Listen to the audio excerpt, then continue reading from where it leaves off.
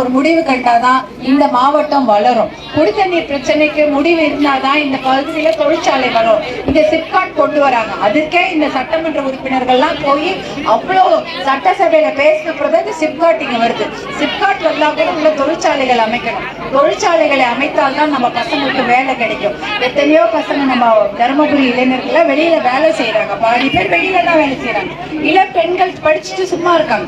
அவங்களுக்கும் ஒரு வேலை வாய்ப்பை உருவாக்கி கொடுக்கணும். இந்த ரெண்டு பிரச்சனை தான், ஒரு குடித்தண்ணீர் பிரச்சனை, வேலை வாய்ப்பு பிரச்சனை. இதையெல்லாம் தீர்த்தாலே தருமபுரி மாவட்டம் ஒரு வளர்ச்சி அடைந்த மாவட்டமாக மாறிடும். அதற்காக தான் நான் இந்த பகுதியில போட்டி போடுறேன். ஏன்னா இதை யாரும் வெளியில போய் சொல்ல மாட்டாங்க. இங்க வர்றாங்க, எதிர்த்தா கொடுத்து ஓட்ட வாங்கிட்டு அதோட பாக்குறதே கிடையாது. இந்த ஊர்லயே உட்காந்து இருக்கிறாங்க. என்ன பண்ணாங்க? எதுவுமே பண்ணல. என்ன பண்ணாங்க?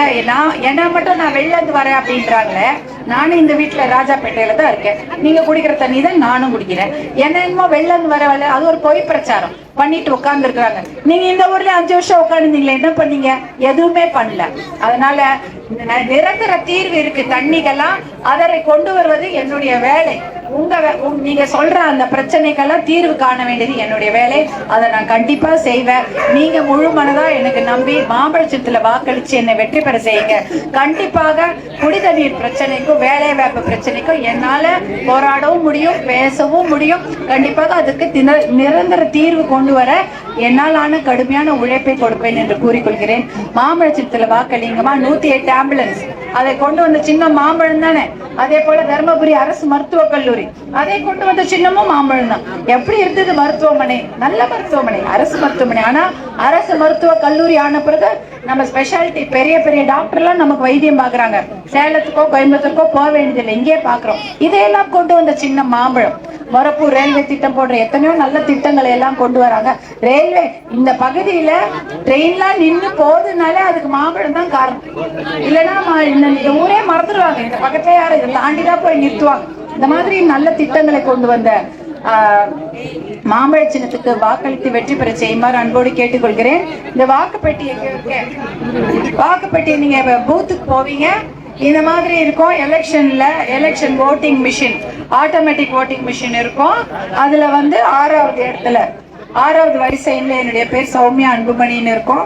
பக்கத்துல என்னுடைய புகைப்படம் போட்டோவும் மாம்பழ சின்னமும் இருக்கும். மாம்பழ சின்னத்துக்கு நேர எதிராக இருக்க அந்த பட்டன் அமுத்துங்க, சத்தம் வரும். சத்தம் வந்ததுனால நீங்க ஓட்டு போட்டதாக அர்த்தம். நீங்க ஓட்டு போடுங்க. நீங்க போடுற ஒவ்வொரு ஓட்டும், அதுவும் மாம்பழத்திற்காக போடும் ஒவ்வொரு ஓட்டும் நம் பிள்ளைகளின் வருங்காலத்திற்காக போடும் ஓட்டு என்று ஞாபகம் வச்சுங்க. ஏன்னா வேற யாரும் நம்ம பிள்ளைங்களுக்காகவோ அவங்க வேலை வாய்ப்புக்காகவோ நல்ல தண்ணீருக்காக போராட போறதில்ல. மாம்பழ சின்னம் மட்டும்தான் வரப்போது. உங்களோட சேர்ந்து போராடி இந்த நல்ல திட்டங்களை கொண்டு வரக்கூடிய சின்ன மாம்பழம் தான். மாம்பழத்தை ஞாபகம் வச்சுக்கிட்டு ஓட்டு போடுங்கம்மா.